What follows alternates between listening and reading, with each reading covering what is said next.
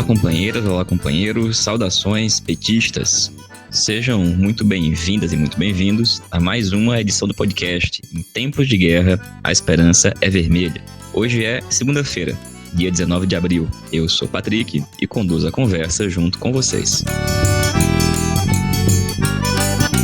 No episódio de hoje, falamos sobre as perspectivas para a semana, uma semana em que o STF volta a julgar as ações relativas a Lula e em que o governo Bolsonaro precisa decidir o que fazer com o orçamento 2021. Jandira Oehara, da Executiva Nacional da CUT, fala sobre a construção do 1º de maio e, assim como em 2020, não deve ser de muita luta por parte das principais centrais. E a companheira Ana Flávia, do DCE da UFESA, comenta a importância das ações de solidariedade realizadas pelas organizações populares de esquerda e o exemplo da campanha feita pelo DCE, Romana Barros.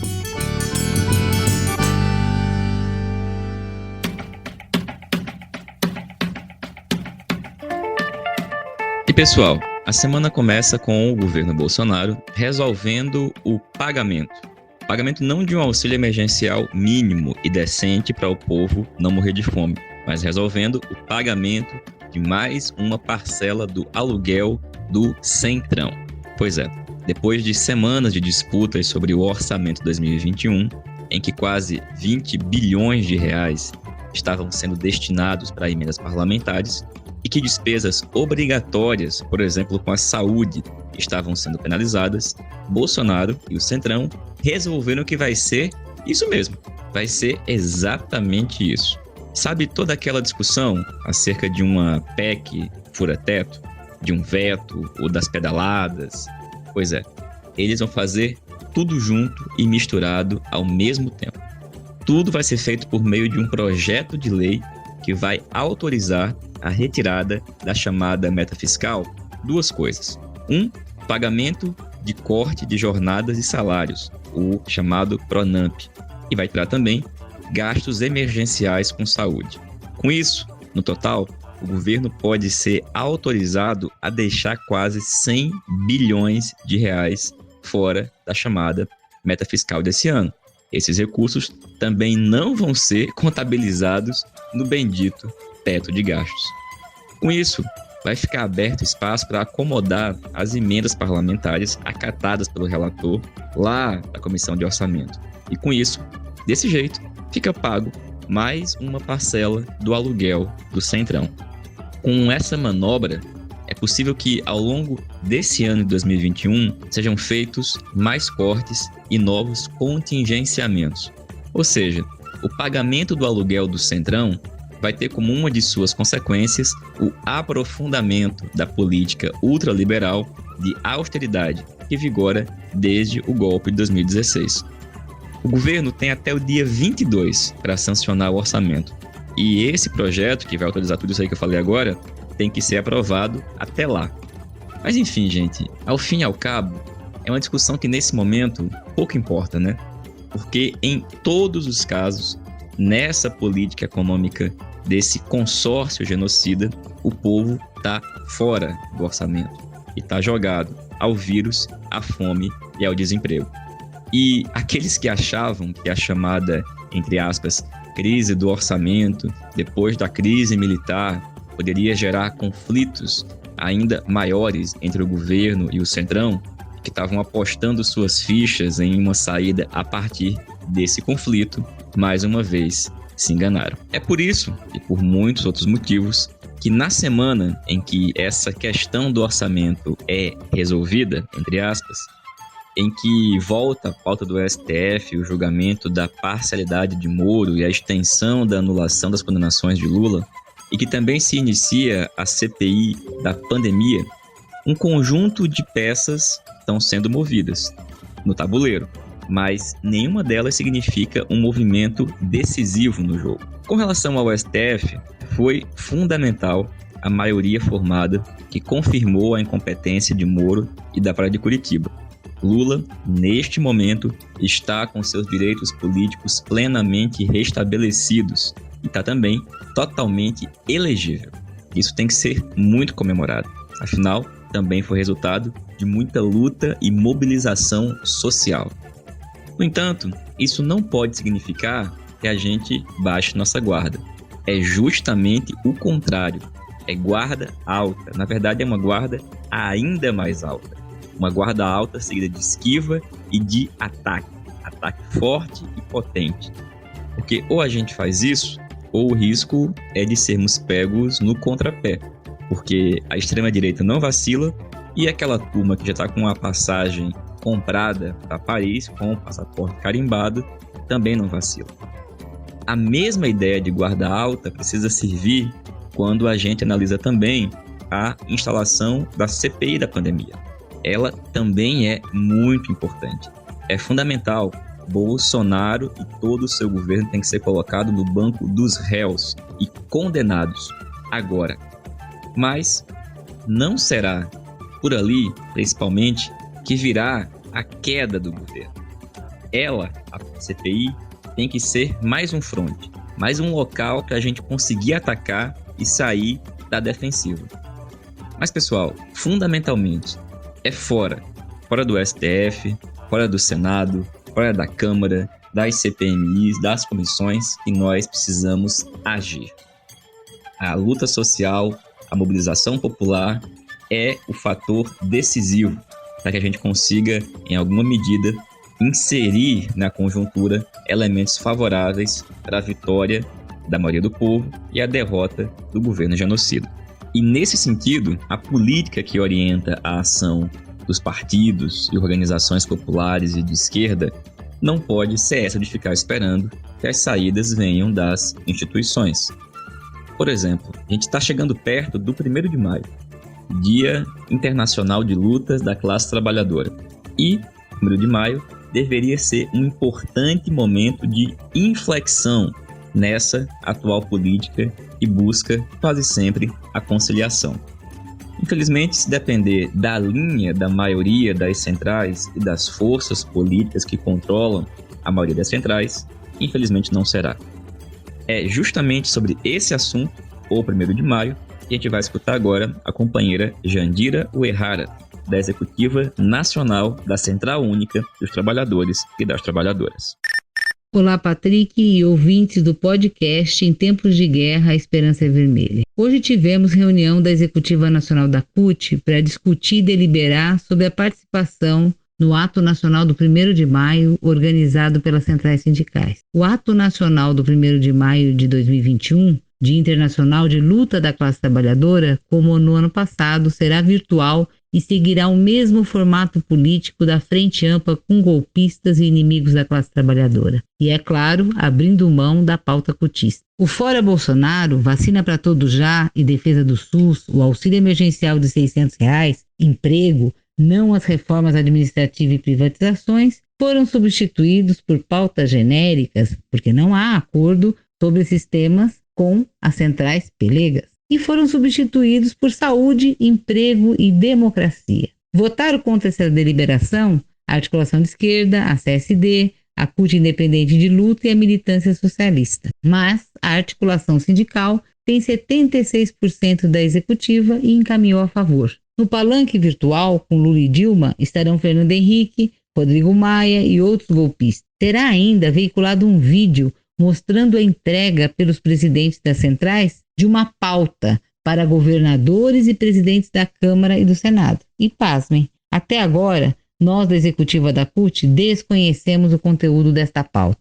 A política de conciliação de classes e prioridade para as relações institucionais, especialmente no Congresso Nacional, e de frente ampla com a centro-direita, operada pela maioria que dirige a CUT, só acumulou derrotas, tanto políticas quanto organizativas. Basta verificar que, com o agravamento da situação de um ano para cá, a política colaboracionista de conciliação com setores da direita não resultou em nada de prático a favor da classe trabalhadora. O Congresso Nacional continua apoiando a pauta genocida e ultraliberal de Bolsonaro. Basta a gente verificar que, do ano passado para cá, a média semanal de mortes pelo Covid aumentou quase 25 vezes. De 121 mortos na média semanal em meados de abril do ano passado, agora são mais de 3 mil. O desemprego atingiu mais 2.400.000 pessoas. a mais nesse país sem que nenhuma medida de proteção ao emprego fosse tomada.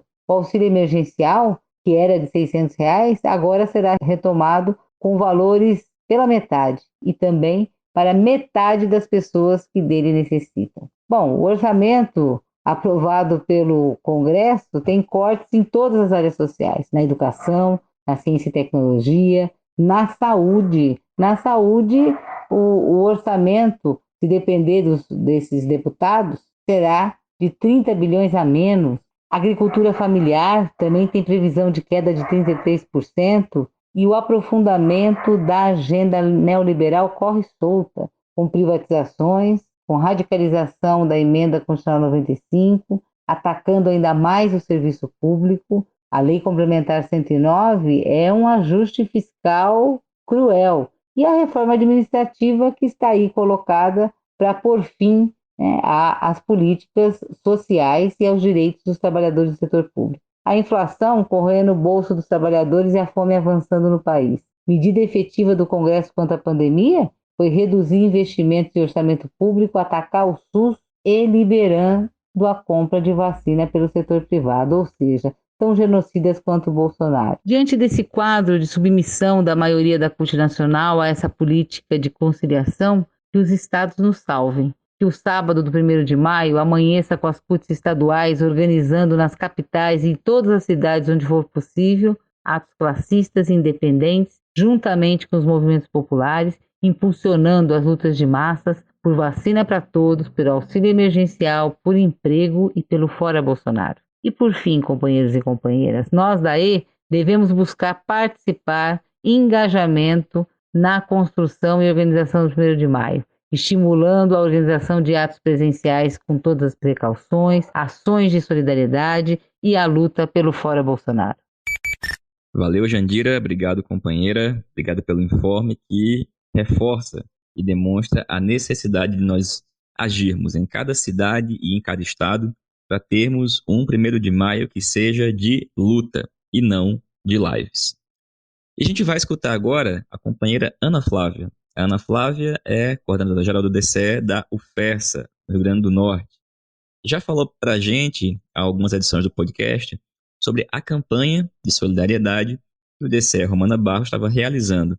E a Ana volta hoje para falar para a gente como é que foi essa atividade e continua ainda em funcionamento, em atuação, e a importância de ações concretas de solidariedade que façam com que as organizações populares, as organizações de massa da classe, neste momento de crise, se reaproximem da sua base social e do conjunto das trabalhadoras e dos trabalhadores. Olá, Patrick. Olá, ouvintes do podcast Em Tempos de Guerra, a Esperança é Vermelha, em especial os estudantes petistas que nos acompanham. Bom, a gente do DCE Romana Barros, da UFESA, em conjunto com a rede de grêmios do IFRN e a juventude da CUT Estadual do Rio Grande do Norte, estamos finalizando uma campanha que é a Páscoa Solidária, que consiste na arrecadação e doação de cestas básicas para estudantes do IFRN, da UFESA e dos terceiros anos da rede estadual pública de ensino nas cidades de Mossoró, Angicos, Pau dos Ferros e Caraúbas. Essa era a proposta inicial. Mas ao longo da campanha a gente incorporou mais uma cidade, que foi a cidade de Apodi. Além das cestas básicas, a gente também fez e está fazendo a doação de apostilas preparatórias para o Enem, para os estudantes dos terceiros anos da rede de ensino estadual. Bom, a gente iniciou as arrecadações no dia 25 de março e finalizamos no dia 7 de abril.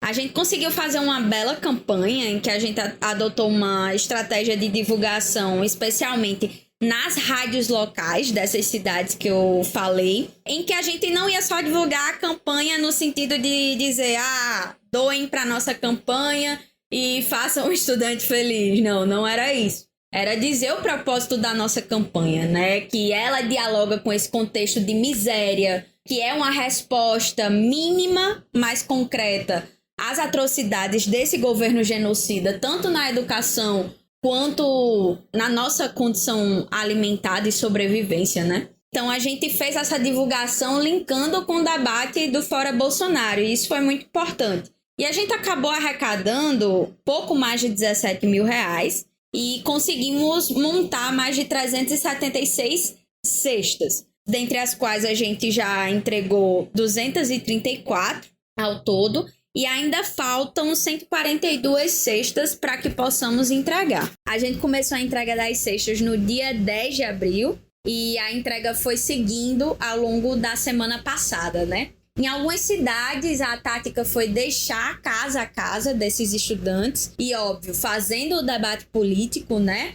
Entregando o panfletinho Fora Bolsonaro, entregando o panfletinho que tinha lá sobre a necessidade do auxílio e inclusão digital para os estudantes dos terceiros anos, para os estudantes da UFESA, o Fora Ludmilla. E nesse panfletinho não só tinha esse debate, né? Mas tinha também sinalizando para a necessidade das pessoas se organizarem, montarem um grêmio, montarem um centro acadêmico. Então, a gente conseguiu fazer isso. Outras cidades, a gente pulverizou pontos públicos para que as pessoas fossem buscar de acordo com os seus locais de moradia, né? E aí, uma coisa que a gente percebia, por exemplo, na entrega nesses cantos públicos, era que as pessoas que passavam ficavam olhando.